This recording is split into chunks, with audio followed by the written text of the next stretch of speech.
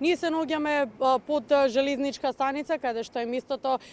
зад мене, како што го велат, местото на злосторот, каде што се носат возилата собрани од ПАЈАК службата на град Скопје. Имено информираат дека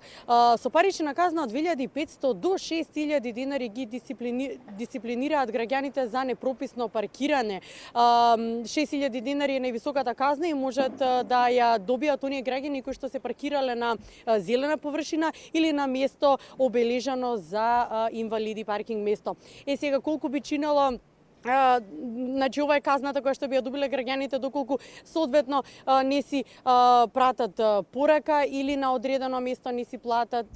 за паркинг од прилика од 25 па до 40 денари за час, колку што и достигнува во град Скопје.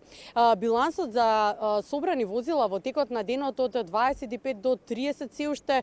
го држи тој некој среден биланс на собрани возила, но информираат од паркинг служба дека преку текот на викендот на дневно ниво се собираат до 60 возила. Граѓаните, поради тоа што се високи казните кои што треба да ги платат на ПАЈАК службата, некогаш ги оставаат возилата по неколку дена, но и неколку месеци не ги зимаат возилата од тука. ПАЙАК службата и вработените, надлежните тука немаат право ништо да сторат во врска со оние возила кои што седат тука по неколку дена и неколку месеци, се додека собственикот не дојде, не си го отстрани возилото или доколку собственикот не дојде и не се откаже од возилото, па тогаш тие соодветно би постапиле. Интересен е податокот кој што ми го соопштија пред малку е дека неколку возила се наоѓаат тука кои што 5 години седат на паркингот на ПАЙАК службата на град Скопје и досега ниту еден граѓанин не се пријавил како собственик за тие возила.